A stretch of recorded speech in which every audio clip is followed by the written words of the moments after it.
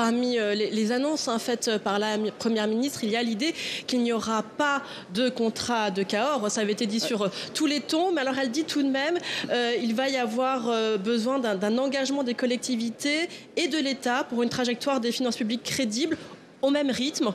Est-ce que c'est satisfaisant pour vous ? Non, c'est pas satisfaisant. Je vais le dire très clairement, c'est-à-dire que d'une part, bien sûr, le fait qu'il n'y ait pas de contraintes, c'est une avancée considérable obtenue par l'AMF. Voilà, il n'y aura pas de sanctions. Le principe est contestable et surtout la petite phrase qui a été ajoutée après, comment va-t-elle se traduire ? C'est-à-dire de dire qu'il y aura, je ne sais plus quel est le terme exact, une équivalence ou une symétrie d'efforts. Sauf que nous, on fait déjà l'effort. On vote des budgets à l'équilibre. Nous sommes excédentaires. Nous ne sommes pas un problème pour les comptes publics. Et là, je crois qu'il est temps maintenant de sortir de cette fiction d'une problématique de compte public pour la France par les collectivités. Je l'ai dit, chiffres à l'appui.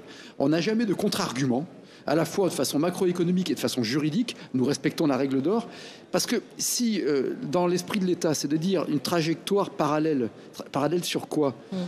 Nous représentons 9%, toutes les collectivités confondues, de la dette publique. Les communes, c'est 4%.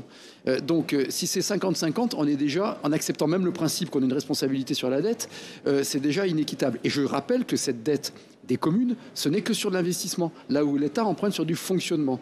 Donc, il faut faire très attention, il faut décrypter tout le discours. Il y a une forme qui est bien meilleure qu'avant. Il y a des dispositions qui sont bien plus respectueuses, et je l'ai dit en objectivité, mais sur le principe même d'une vision très Bercy, si vous voulez, qui consiste à penser que les collectivités peuvent être ponctionnées, je ne suis pas sûr qu'on ait encore l'inflexion nécessaire et attendue. Il y a un autre sujet sur lequel vous êtes déjà revenu lors de ce congrès des maires de France, c'est la question de la dotation globale de fonctionnement. Alors l'exécutif fait valoir une augmentation inédite, 320 millions d'euros, jamais vu depuis 13 ans.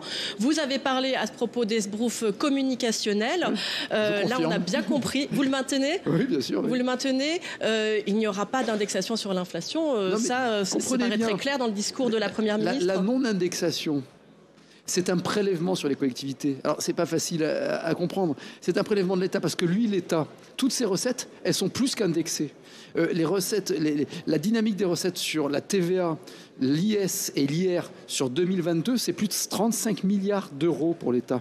Vous comprenez donc l'État, en modifiant la structure de la fiscalité depuis notamment une quinzaine d'années, récupère une dynamique de recettes et ensuite rogne sur nos recettes à nous en nous disant mais regardez, on vous donne plus. C'est comme si quelqu'un vous prend 100 et vous rend 50 et vous dit dites-moi merci. Non, dites rends-moi aussi les autres 50. Voilà, si je devais résumer.